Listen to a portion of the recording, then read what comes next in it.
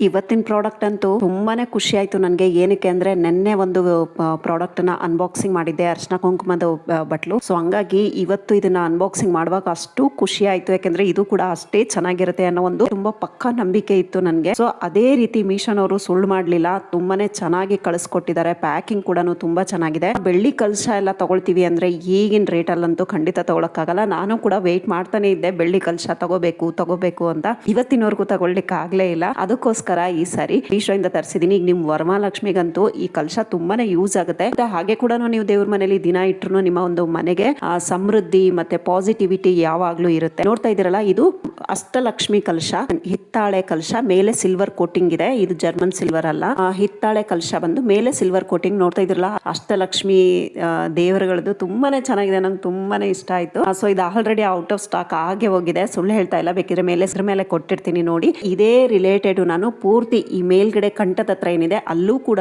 ನಿಮ್ಗೆ ಪ್ರಿಂಟೆಡ್ ಇರುವಂತ ಕಲಶದ ಲಿಂಕ್ ಅನ್ನ ನಾನು ನಿಮ್ಗೆ ಕೊಡ್ತೀನಿ. ಈಗಲೇ ಹೋಗಿ ತಗೊಂಡ್ಬಿಡಿ. ಮತ್ತೆ ನೀವು ಔಟ್ ಆಫ್ ಸ್ಟಾಕ್ ಆಯ್ತು ಅಂತ ನನ್ಗೆ ಹೇಳಿದ್ರೆ ಖಂಡಿತ ಏನು ಪ್ರಯೋಜನ ಆಗಲ್ಲ.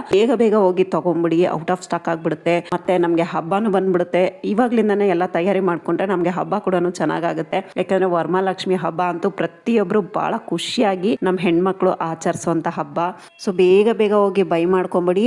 ಇವತ್ತೇ ನನ್ನ ಲಿಂಕ್ ಇಂದ ಬೈ ಮಾಡೋದ್ರಿಂದ ನಿಮ್ಗೆ ಇದರಲ್ಲಿ ಇರೋ ಪ್ರೈಸ್ ಅಲ್ಲಿ ನಿಮ್ಗೆ ಇನ್ನೂ 10 ರೂಪೀಸ್ ಕಮ್ಮಿಗೆ ಸಿಗುತ್ತೆ. ಪ್ರಾಡಕ್ಟ್ ಲಿಂಕ್ ಬೇಕು, ಚಾನೆಲ್ ಅನ್ನ ಸಬ್ಸ್ಕ್ರೈಬ್ ಮಾಡ್ಕೊಳ್ಳಿ. ಡಿಸ್ಕ್ರಿಪ್ಷನ್ ಬಾಕ್ಸ್ ಅಲ್ಲಿ ಲಿಂಕ್ ಅನ್ನ ಕೊಟ್ಟಿರ್ತೀನಿ, ಅಲ್ಲಿಂದ ಬೈ ಮಾಡ್ಬೋದು. Thank you.